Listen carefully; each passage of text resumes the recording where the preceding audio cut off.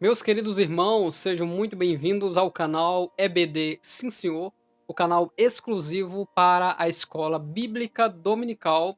Estamos na lição dos jovens, que tem por título no quarto trimestre A Prova da Vossa Fé, vencendo a incredulidade para uma vida bem-sucedida. Chegamos, enfim, a uma lição gloriosa e poderosa, que é a lição de número 6, que tem por título Fé para crer na natureza humana e divina de Jesus. Eu quero te convidar a nós meditarmos sobre a essência, a natureza, o poder, os atributos e a obra de Jesus Cristo revelado nas Escrituras. Por isso, te convido a ficar conosco até o final, porque essa lição ela é impressionante. Você está no canal EBD Sim Senhor, o canal 100% nordestino, paraibano e campinense. Nós iremos abordar essa lição fazendo uma exegese do texto bíblico, conferindo se o conteúdo da lição está com uma coerência em relação à teologia e às sagradas escrituras. Nós iremos cumprir os objetivos da lição, que são explicar a singularidade de Jesus. Singular é aquilo que é único de sua espécie. Singular é aquilo que é ímpar, raro, especial. Iremos também destacar as evidências que há em Cristo Jesus de atributos que dizem que ele é Deus. E por fim, nós iremos explicar a referência de Filipenses que diz que Jesus esvaziou-se, aniquilou-se e despojou-se. Qual o significado de tudo isso? Então, não sai daí e vamos estudar essa magnífica lição. O comentarista traz dois textos, João 1, do 1 ao 5, e Colossenses 1, do 13 ao 19.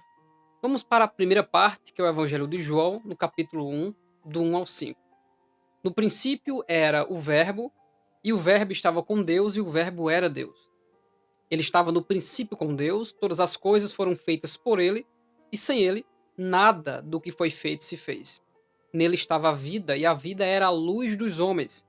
E a luz resplandece nas trevas, e as trevas não a conheceram. Ele inicia esse texto levando o entendimento sobre a presença da pessoa de Jesus Cristo, que é aquele cujo objetivo de João em seu evangelho é defender a sua divindade. E ele começa com essa palavra, no princípio. Esse no princípio é um princípio que faz referência a um princípio antes da própria criação. Se você conferir no próprio texto bíblico, em Colossenses 1 e versículo 17, o texto diz: E ele é antes de todas as coisas. Esse é o princípio. E subsistem por ele. Todas as coisas que subsistem por ele, porque ele é antes de todas as coisas. Uma outra tradução de João 1:1 seria: Antes que houvesse qualquer princípio, o Verbo era. Nós vamos conferir três outros textos que são concordância com esse princípio. Em Hebreus, no capítulo 1 e no versículo 2, o texto diz: A quem constituiu o herdeiro de tudo, por quem fez também o mundo. A outra referência está em 1 João, no capítulo 1, nos versículos 1 e 2, que dizem: O que era desde o princípio, o que vimos com os nossos olhos, o que temos contemplado, e as nossas mãos tocaram a palavra da vida, porque a vida foi manifestada, e nós a vimos e testificamos dela, e vos anunciamos a vida eterna que estava com o Pai e nos foi manifestada. Veja que no Evangelho de João, no capítulo 1, diz que nele estava a vida. Então, João, aqui agora, em 1 João 1, diz que a vida foi manifestada, que também é uma referência de João 1,14, o Verbo se fez carne. Em 1 Coríntios, no capítulo 8 e no versículo 6, o texto diz: Todavia, para nós há um só Deus, o Pai, de quem é tudo e para quem nós vivemos, e um só Senhor, Jesus Cristo, pelo qual são todas as coisas e nós por ele. O Verbo, a inteligência, o ser da inteligência, revelado e manifestado como a palavra que cria todas as coisas. Que no princípio da criação, que é quando a palavra se revela ou se manifesta, inicia a criação de todas as coisas. No Salmo 33, do 6 ao 9, mostra que essa palavra falou e logo tudo apareceu, logo tudo se fez.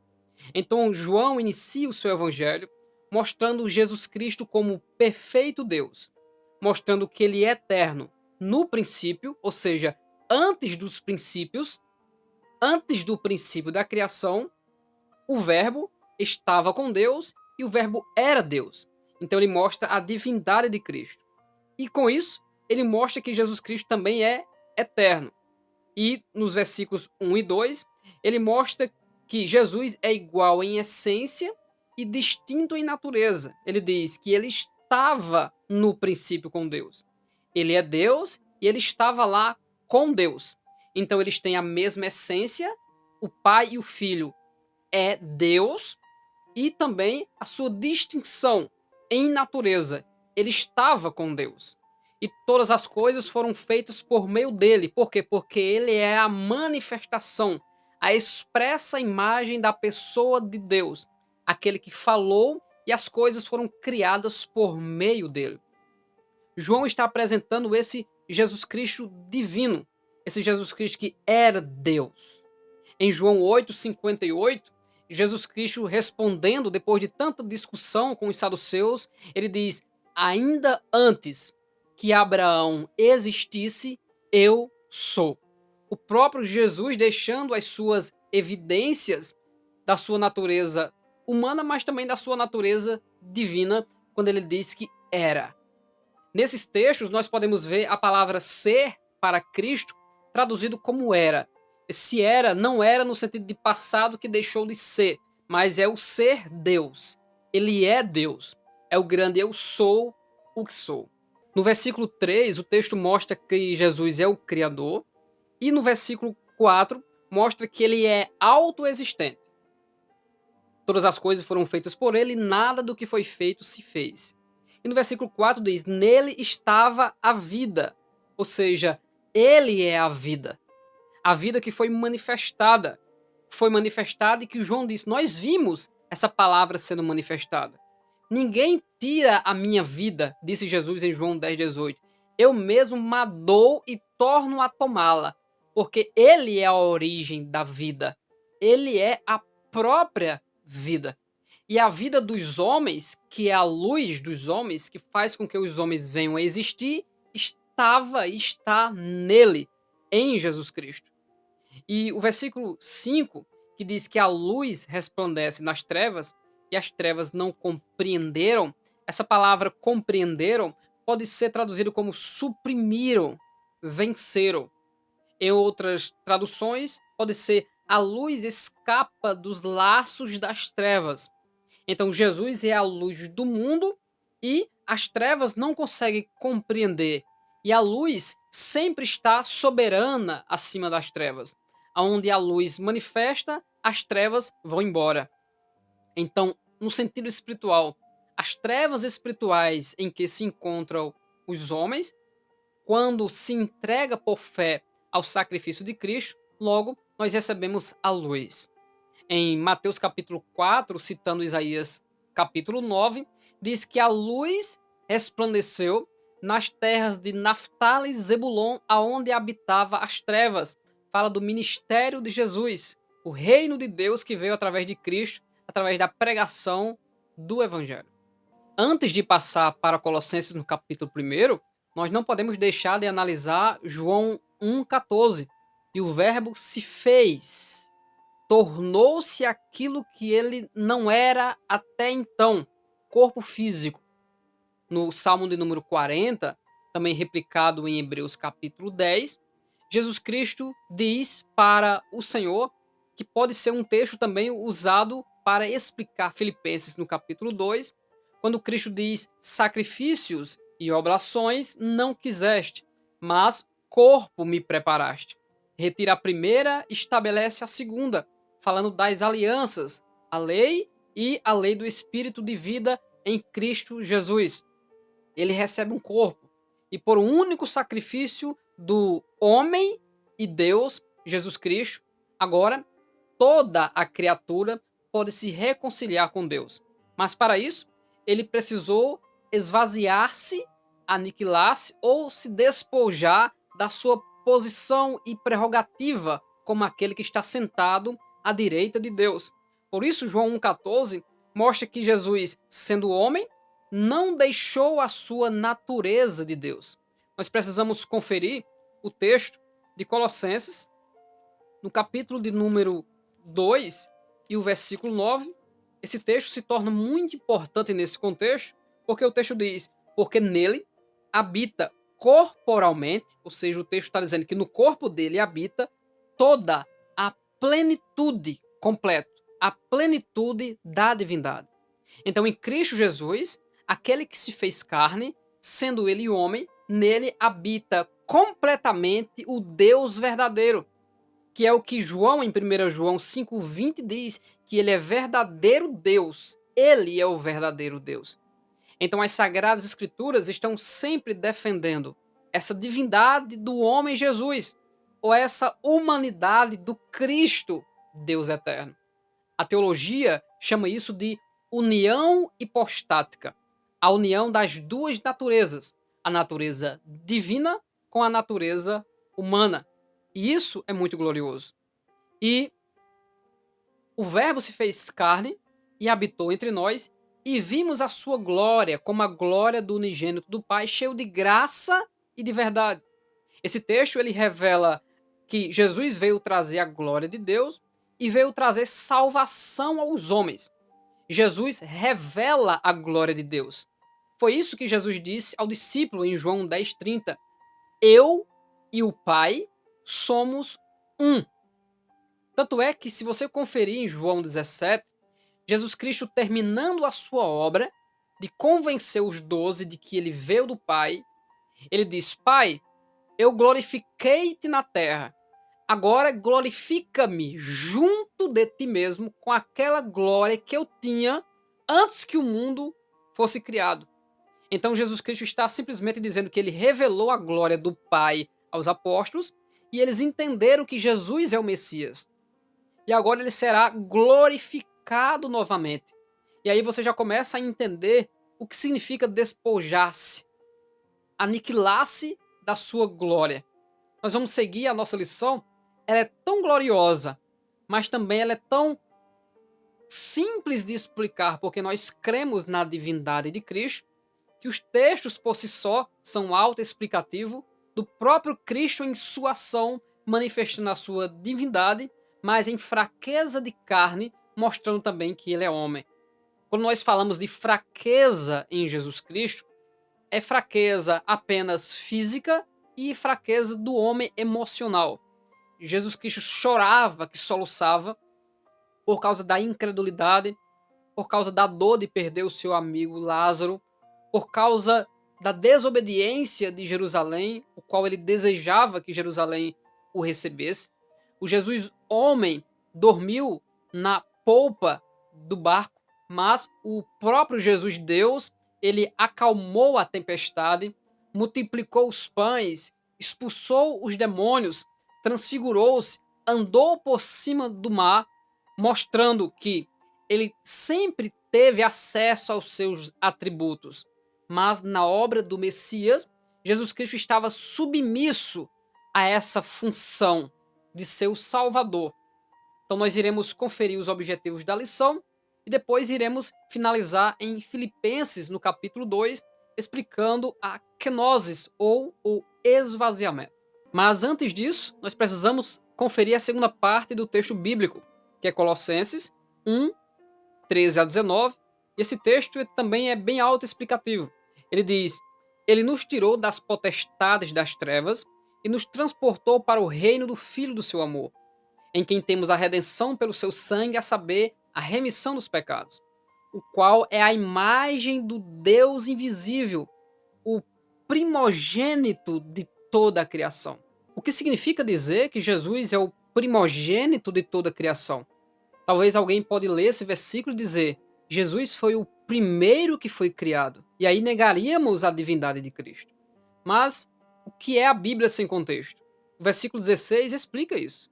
Se no versículo 15 diz que ele é o primogênito de toda a criação, No versículo 16 diz: porque nele foram criadas todas as coisas que há nos céus e na terra, visíveis e invisíveis, que é o que ele repete que estava no versículo 15, o Deus invisível.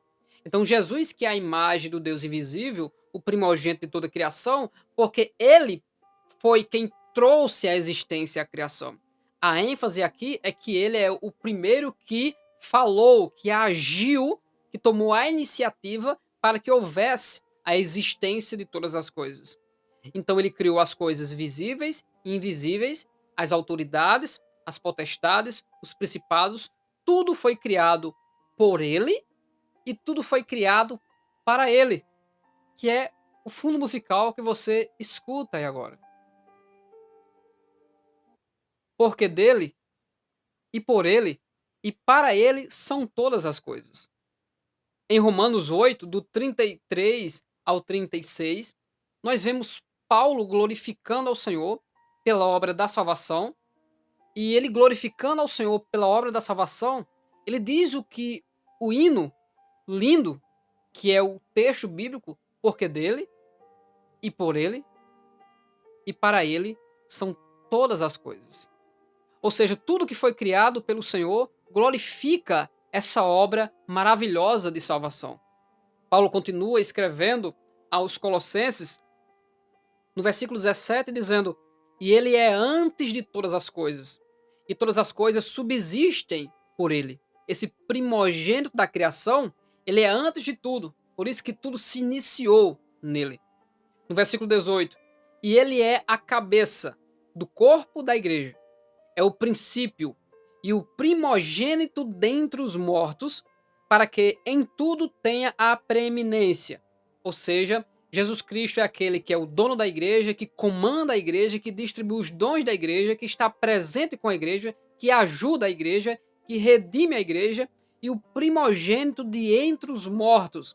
Ele é o primeiro a sair dos túmulos, dando o exemplo da vitória desta obra da salvação, que a partir dele, aqueles que creem na sua vitória sobre a morte também têm a sua e terá a sua ressurreição dos mortos. E diz o texto, para que em tudo ele tenha o que? A preeminência.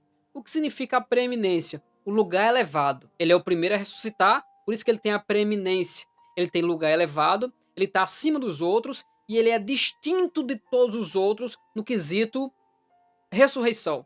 Por isso, é ele quem nos ressuscita. Não somos nós que nos levantamos dos mortos. Não é nenhuma outra força. É Cristo.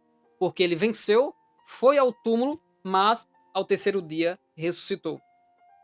E o texto finaliza com o versículo 19. Porque foi do agrado do Pai que toda plenitude nele habitasse.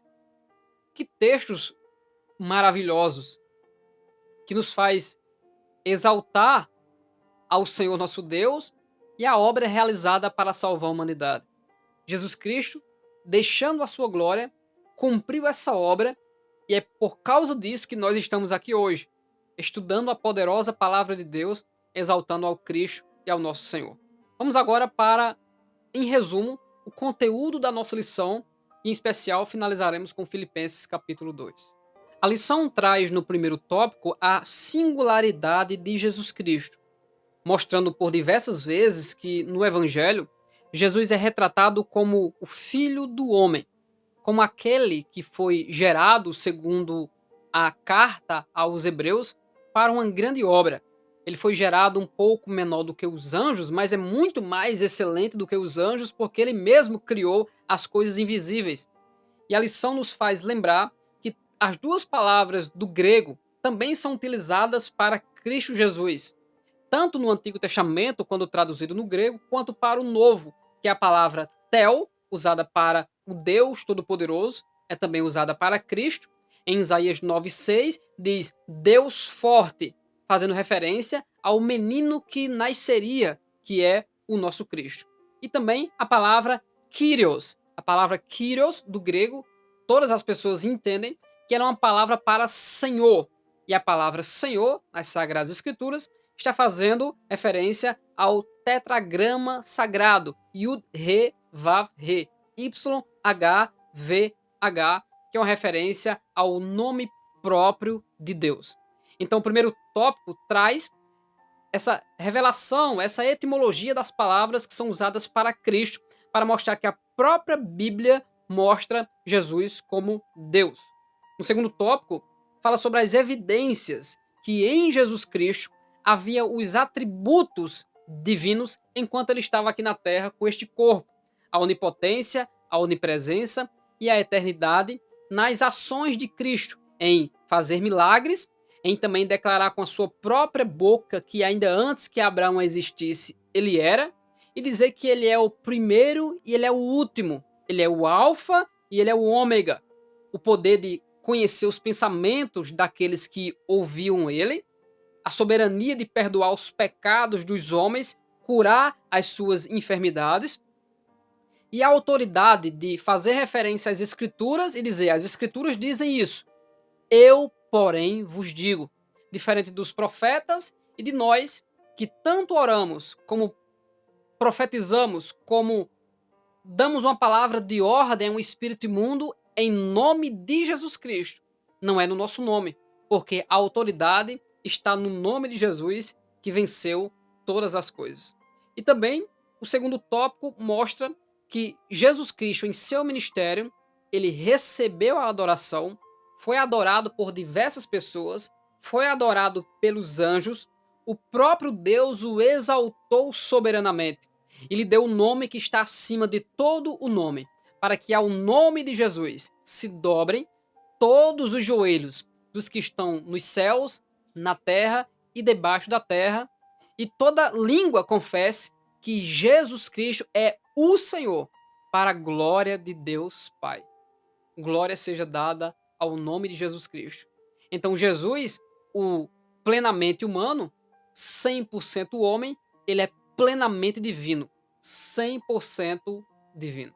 Chegando no terceiro tópico, que fala sobre Jesus esvaziou-se de si mesmo, Paulo em Filipenses, no capítulo 2, ele começa esse texto para explicar o esvaziamento de Jesus, dizendo para a igreja no versículo 5 que haja em vós o mesmo sentimento que houve também em Cristo Jesus. Que sentimento é esse? É a disposição de ser servo, de se entregar pela causa e pela vontade de Deus, se entregar completamente à obra da salvação. E Jesus fez isso, e ele deseja isso também da igreja, que se entregue completamente à obra da salvação. O texto segue, né, que haja em vós o mesmo sentimento que houve também em Cristo Jesus, que sendo na forma de Deus, não teve por usurpação o permanecer igual a Deus. Ou seja, Jesus não se esforçou ou brigou para permanecer lá. Pelo contrário, antes ele se dispôs. E o texto traz esvaziou-se, também pode ser traduzido como aniquilou-se ou despojou-se. A palavra despojou-se, ela traz o sentido mais do que a palavra quer dizer. Muitas pessoas, por ler a palavra esvaziar, e esvaziar, logicamente, é tirar o conteúdo. E o esvaziar também traz o sentido de derramar-se. Então você pega um pote, um cântaro e derrama o conteúdo que tem dentro. Então não é nesse sentido de derramar, de tirar o conteúdo, mas de derramar-se, humilhar-se. Ou seja, ele humilhou-se a si mesmo, é nesse sentido. Ele saiu do lado direito do Pai, foi para a frente do Pai e se prostrou diante do Pai. E disse, sacrifícios e oblações não quiseste, mas corpo me preparaste. Aplica a segunda aliança no meu corpo. Então ele está entregando o corpo. Em Hebreus 9:22, pois sem derramamento de sangue não há remissão. Hebreus 5 primeiro diz que todo sumo sacerdote é tirado de entre os homens, a necessidade do corpo. Então ele se dispôs. Então os versículos 7 e 8 de Filipenses 2 traz a palavra kenosis, que pode ser traduzido também como derramou-se ou despojou-se.